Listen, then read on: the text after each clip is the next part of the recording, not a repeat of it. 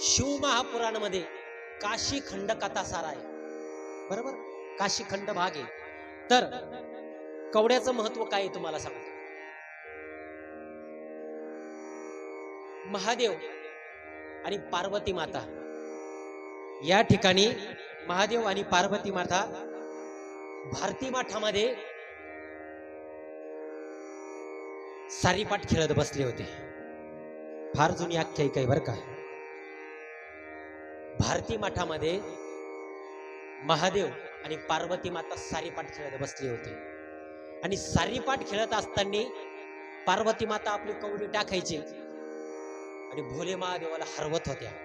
आणि तेवढ्यात नारायण नारायण करीत देवर्षी तिथे आले.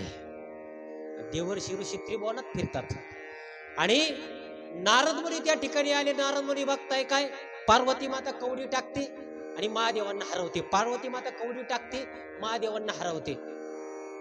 नारद मुनींना काही राहवलं नाही. नारद मुनींनी पार्वती मातेला विचारलं, माते म्हणे या कवडीमध्ये एवढं नेमकी काय आहे, तुम्हाला एवढी कवडी प्रिय आहे, या कवडीत नेमकी काय आहे की ज्या कवडीच्या साक्षीने तुम्ही साक्षात महादेवांना तुम्ही हरवताय. आश्चर्य वाटलं. या कवडीत असं काय आहे की या कवडीच्या निर्णयाने तुम्ही महादेवांना हरवताय. महादेव बसले होते. महादेवांनी त्या सारीपाटाच्या खेळातले अमोल भाऊ एक कवडी उचलली आणि ती देवर्षींच्या हातामध्ये दिली. आणि देवर्षींना सांगितलं, या कवडीच्या वजना इतकं तुम्ही काय घेऊन या, धन घेऊन या. कवडीच्या वजना इतकं.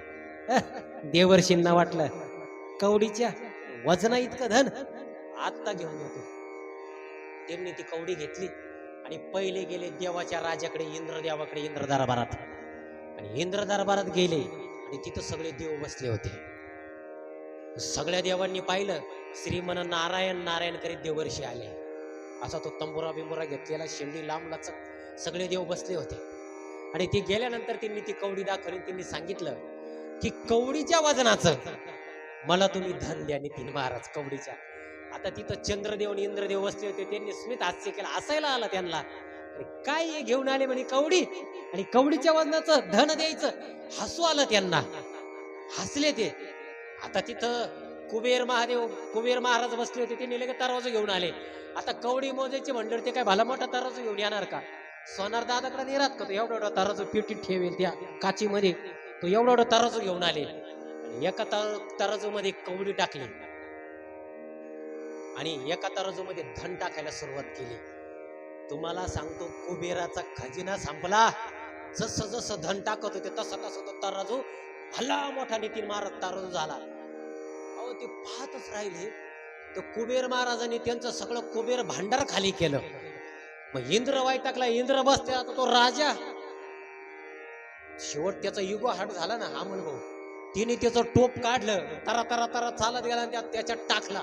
त्याला वाटलं आता तरी तराजू खाली जाईल. तराजू हल्ला सुद्धा नाही.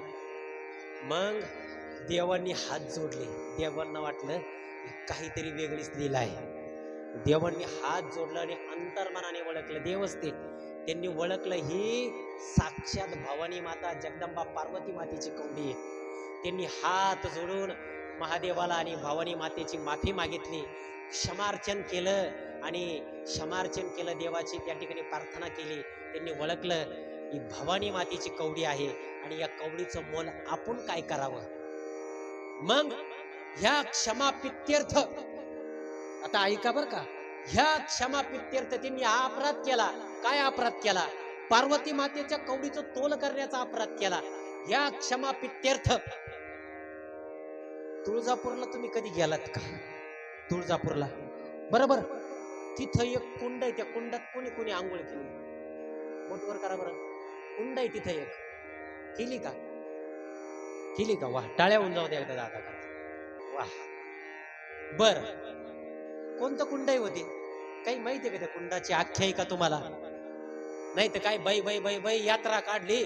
यात्रा काढणारे नेलं, डुबुक डुबुक डुबुक डुबुक 2-4 तांबे घेतले, निघाले देवीच्या दर्शनाला. नाही महाराज, आता ते कुंड कोणतं आहे तुम्हाला मी सांगतो. ही सगळी आता एक कवडीच्या भानगडीमुळे तयार झालेलं कुंड आहे. कवडी किती महान आहे. आपण म्हणतो ना काय कवडी मोल किंमत केली, पण महाराज कवडीचं मोल किती तुम्हाला आता सांगतो. आता क्षमा अर्चन केलं आणि जगदंबाच्या कवडीचं त्या ठिकाणी मोल केल्यामुळं क्षमा अर्चन केलं आणि त्या कवडीच्या प्रित्यर्थ तुळजापूरला इंद्रदेवाने आणि चंद्रदेवाने एक तीर्थ निर्माण केलं. त्या तीर्थाचं नाव आहे कल्लोळ तीर्थ. कोणतं तीर्थ? कल्लोळ तीर्थ. ते कल्लोळ तीर्थ का निर्माण झालं? या कवडीच्या भानगडीमुळं. या कवडीचं मोल केलं आणि ते अपराध क्षमा अर्चन करावे म्हणून त्या ठिकाणी इंद्रदेवाने आणि चंद्रदेवाने तुळजापूरला कल्लोळ तीर्थाची निर्मिती केली. आणि ब्रह्मदेवाने काय केलं? भारतामधील असणाऱ्या सर्व तीर्थांना विनंती केली, जेवढे तीर्थ, मग तुम्ही ज्या पण तीर्थाला जाता, प्रयागराज तीर्थ असेल, त्रिवेणी संगम, ज्या पण तीर्थाला आंघोळे करण्याला जातात, ती सगळ्या तीर्थांना विनंती केली की तुम्ही तिथं या. आणि त्या कल्लोळ तीर्थामध्ये सगळे तीर्थ तिथं आले आणि त्या ठिकाणी त्या तीर्थाला नाव आले. त्या सगळ्या तीर्थांचा एकत्रित काय झाला? कल्लोळ झाला. म्हणून त्याला नाव पडलं कल्लोळ तीर्थ. म्हणून तुम्ही तुळजापूरला गेल्यानंतर त्या कल्लोळ तीर्थामध्ये जर आंघोळ केली, कोणत्याच तीर्थाला जायची गरज नाही. काही काही आंघोळच करीत नाही. बाई बाई लई थंडी वाजू राहिली, मला काही सहन होत नाही, मला सांधेवाताचा त्रास आहे. नाही महाराज, एवढ्या लांब जायचं आणि ज्या तीर्थात आंघोळ करायची त्या तीर्थात आपण आंघोळ करत. म्हणून